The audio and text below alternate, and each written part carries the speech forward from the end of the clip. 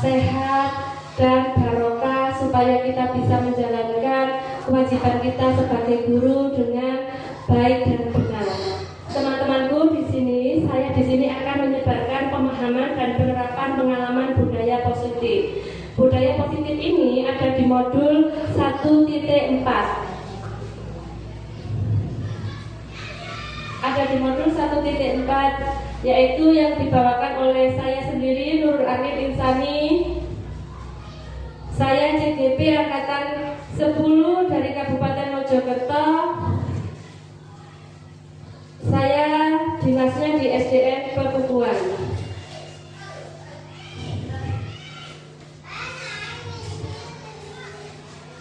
Budaya positif adalah perwujudan nilai-nilai positif yang merupakan keyakinan universal yang diterapkan di sekolah. Budaya positif dapat mendorong siswa untuk mampu berpikir, bertindak, dan menciptakan sebagai proses memandirikan dirinya, sehingga muncul keyakinan baik dan rasa tanggung jawab terhadap anak tersebut.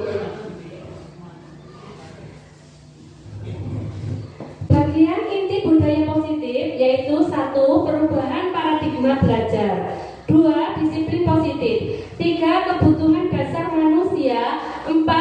Motivasi perilaku manusia, 5. Posisi kontrol guru, 6. Keyakinan kelas, dan 7. Segitiga restitusi.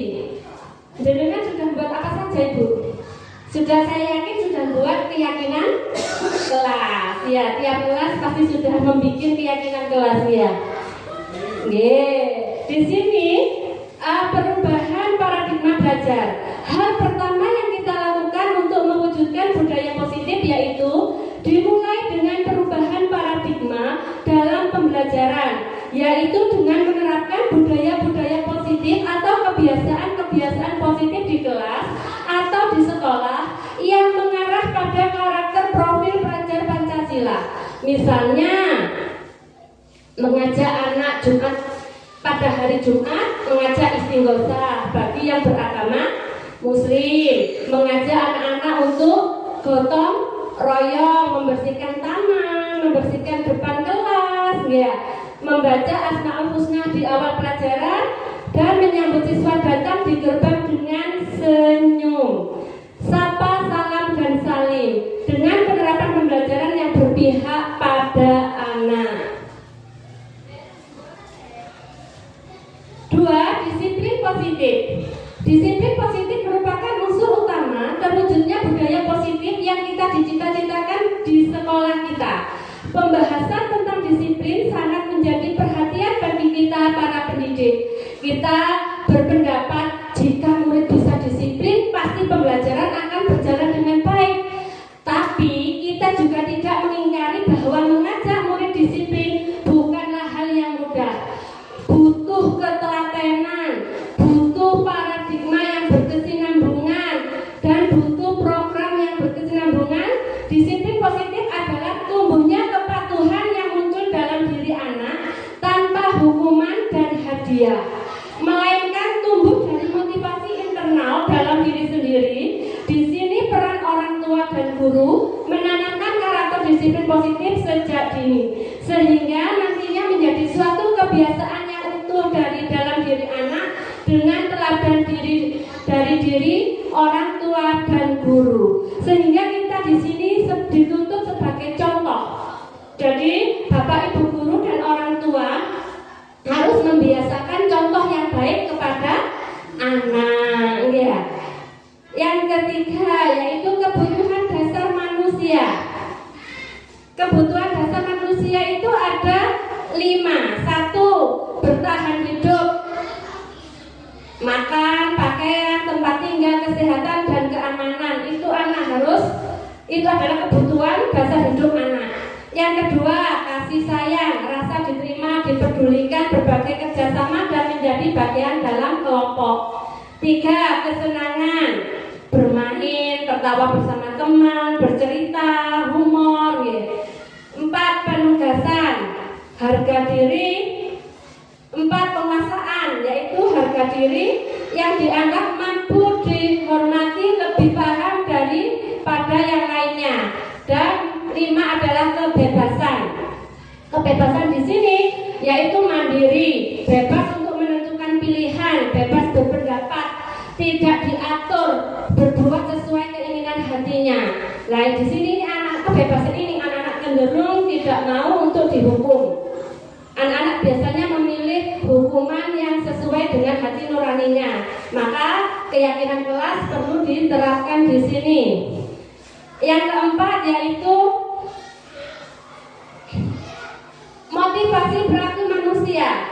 Ada 2, yaitu motivasi intrinsik untuk menghargai diri sendiri karena muncul dari keyakinan yang diyakininya tentang harapan di masa depan. 2, motivasi intrinsik yaitu menghindari hukuman ketidaknyamanan untuk mendapatkan imbalan hadiah atau pujian dari orang lain. Yang kelima yaitu posisi kontrol guru. Posisi kontrol guru ini ada 5 macam. 1, sebagai penghukum. Gurunya itu matanya melotot, itu sudah menghukum. Nadanya suaranya keras, membentak, memaksa, bersifat buruk sehingga membuat anak down atau malu. Jadi kalau sekarang kalau bicara jangan matanya melotot, dengan senyum. Yang kedua, membuat merasa bersalah. Kalimatnya itu halus tetapi menyalahkan anak. Nah, ini kalimatnya halus, benar-benar halus tapi menyalahkan anak. Nah, ini apa dampaknya? Membuat anak merasa rendah diri dan dibayangi rasa bersalah. Nah, ini yang ketiga sebagai teman. Kalimatnya halus, merayu, menyadarkan anak. Nah, ini akibatnya apa? Berakibat anak tergantungan dan berani melawan guru. Walah, bu guru kok wes nanti nggak marah sama saya. Itu biasanya. Yang 4 yaitu pemantau. Kalimatnya lebih halus, mengingatkan dan ada konsekuensinya. Dari apa yang dilakukan murid biasanya tuh begini. Nah, melanggar konsekuensinya apa? Kamu sudah tahu kalau itu melanggar. Kalau melanggar ada konsekuensinya. Nah, ini biasanya sudah dibuat kesepakatan. Nomor 5 yaitu manajer. Menerapkan segitiga restitusi membuat anak menyadari kesalahan dan mau bertanggung jawab. Dengan adanya segitiga restitusi ini maka akan muncul suatu motivasi intrinsik dasar disiplin positif. Nah, ini yang kita harus terapkan, ya. Kita harus menanyai anak, oh itu sampai lakukan, kenapa itu dilakukan, kalau dilakukan apa akibatnya, kalau akibatnya kayak begitu apa yang harus kamu lakukan. Itu harus kita tanyakan terlebih dulu kepada anak, biar anak sadar. Selanjutnya yaitu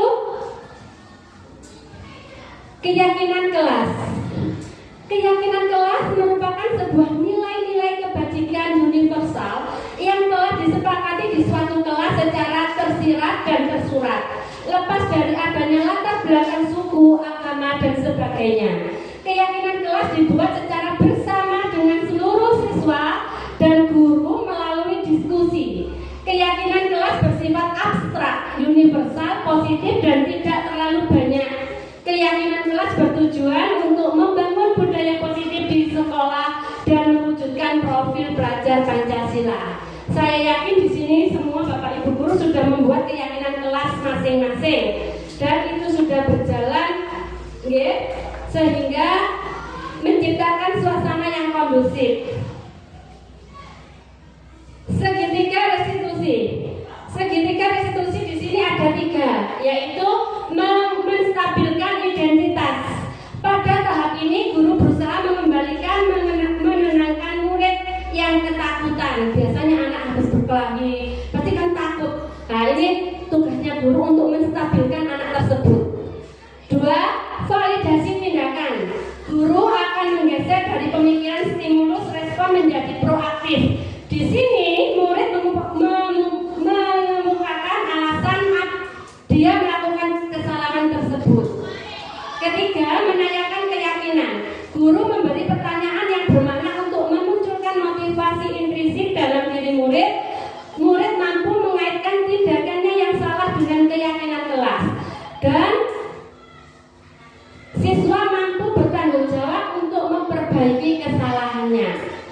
Setelah ditanya guru, mengapa ini bisa terjadi? Kita terakhir tuh harus murid mempertanggungjawabkan, harus mempunyai pemikiran, loh ini seandainya kamu lakukan, apa akibatnya? Kalau sudah kayak gini, apa yang akan kamu perbaiki supaya tidak terjadi lagi atau tidak terulang lagi? Seperti kayak begitu Bapak Ibu, ya. Sekian dari pemaparan saya tentang disiplin positif. Semoga disiplin positif ini membawa perubahan dan membawa arah yang lebih baik bagi murid kita semua dan bisa menjalankan disiplin positif ini dengan sebaik-baiknya. Dari pemaparan saya, apa ada yang ditanyakan? Jelas nggih? Nggih, jelas. Saya akhiri. Wassalamualaikum warahmatullahi wabarakatuh.